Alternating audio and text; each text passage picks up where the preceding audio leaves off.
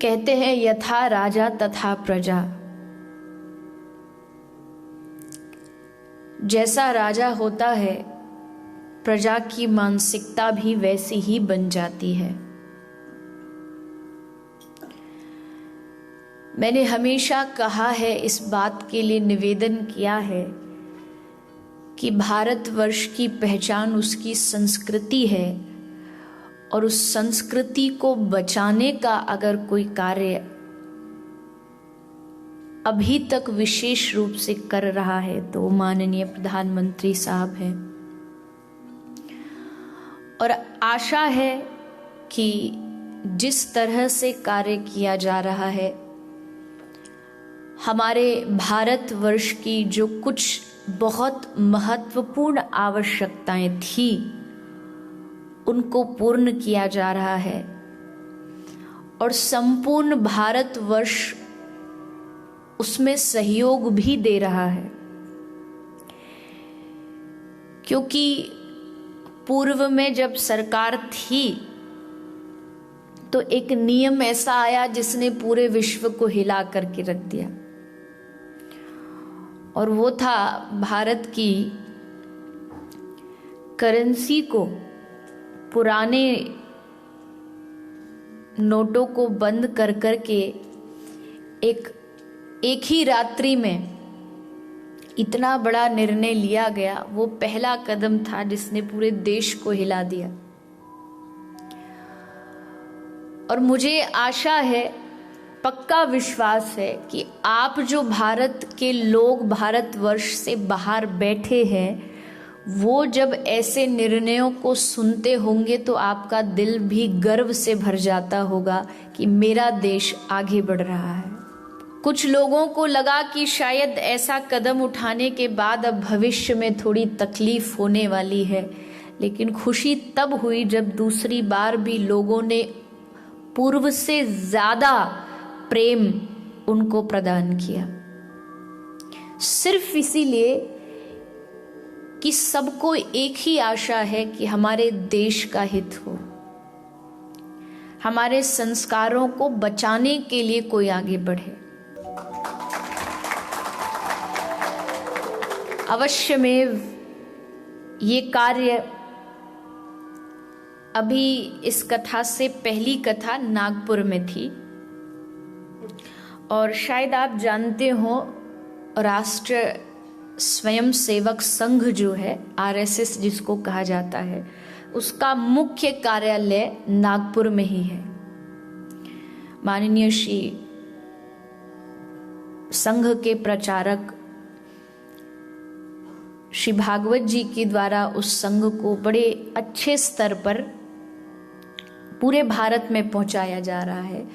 तो प्रधानमंत्री साहब भी पूर्व में उसी से जुड़े हुए थे, तो जब वहां गए तो उन्होंने एक चित्र दिखाया, और उस चित्र में शायद वो बात थी बहुत कई वर्षों पुराने की। उन्होंने सन भी बताया था, ईयर कौन सा मुझे याद नहीं, लेकिन उसमें जब तक प्रधानमंत्री साहब के पास कोई पद भी नहीं था और उस समय पर 370 के खिलाफ एक मुद्दा उठा था, संघ ने एक आंदोलन छेड़ा था और उसका नेतृत्व माननीय मोदी साहब ने किया। तो आगे वो बैठे हैं एकदम जवान अवस्था में, और पीछे 370 कश्मीर का जो मुद्दा था उसको हटाया जाए, ऐसा पीछे आंदोलन लिखा हुआ था। तो यानी उस दिन की सोच, तब का वो निर्णय, तब का वो संकल्प अब जाकर के पूरा हुआ। सोचिए उस व्यक्ति ने इस पूरे समय में उस निर्णय को लाने के लिए कितनी मेहनत की होगी, कितना प्रयास किया होगा। तो मुझे देख कर के बड़ा हर्ष हुआ, और ये भी देख कर के एहसास हुआ कि अगर धैर्य हो और मेहनत हो, प्रयास हो, तो हर संकल्प एक ना एक दिन जरूर पूरा होता है। तो बहुत सुंदर कार्य आज के समय में। अब आप ये मत सोचना कि मुझे यहाँ पर कोई बीजेपी के प्रचार के लिए बिठाया गया है लोगों की दिमाग भी बड़े अजीब होते हैं। आप किसी की भी प्रशंसा करने लगो तो बोलते जरूर इसको कुछ खिलाया होगा। मैं हमेशा कहती हूँ ना तो मुझे किसी राजनीति से मतलब है। कई लोग अभी हमारे हरियाणा में अभी आने वाला है इलेक्शन, तो उसके लिए मेरे पास भी बहुत सारे ऑफर आए कि आपको हम टिकट दिला देंगे, हम ये कर देंगे, हम वो कर देंगे। लेकिन याद रखिएगा कि ठाकुर जी ने एक व्यास गद्दी दे दी, तो अब यही एक भगवान ने इतनी बड़ी जिम्मेदारी दी है, यही पूरी हो जाए तो भगवान का लाख लाख शुक्र है। पर हाँ, व्यास गद्दी और राज गद्दी, इन दोनों गद्दियों का ये कर्तव्य है कि समाज को सही दिशा दे।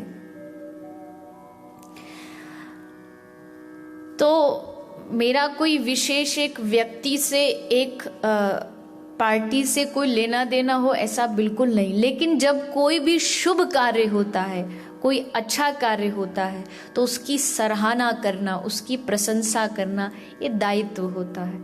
और जब उस अच्छे कार्य की प्रशंसा होती है तो करने वाले को भी मनोबल मिलता है कि हमारा कुछ अच्छा जो कार्य है उसकी सराहना हो रही है। फिर 3 तलाक आया, चंद्रायन की बात आई। लगता है कि सचमुच हमारे देश में जो कहीं ना कहीं एक कमी खलती थी वो आज धीरे धीरे पूर्णता की ओर है।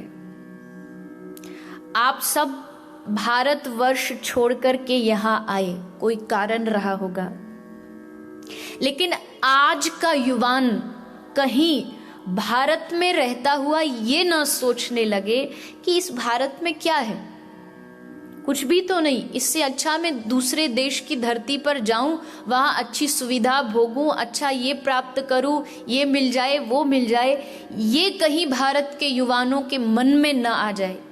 उसके लिए आवश्यक है अपने देश को दृढ़ करना, सुदृढ़ करना। तो इतनी तो मुझे आशा है कि आप सबको बड़ी खुशी होती होगी जब कोई, भले आप भारत में रहते नहीं, लेकिन जब ऐसा कोई सद्कार्य होता होगा तो दिल एकदम गदगद हो जाता होगा, हर्ष से भर जाता होगा। और वैसे भी एक बात तो यह है कि अच्छे कार्य हो रहे, दूसरी बात गुजरात से, तो आप गर्व से सीना चौड़ा करके कहते होंगे कि हाँ जी, हम उसी देश के हैं जहाँ से एक ऐसा प्रधानमंत्री पैदा हुआ जिसने देश के हित के लिए कुछ सोचा।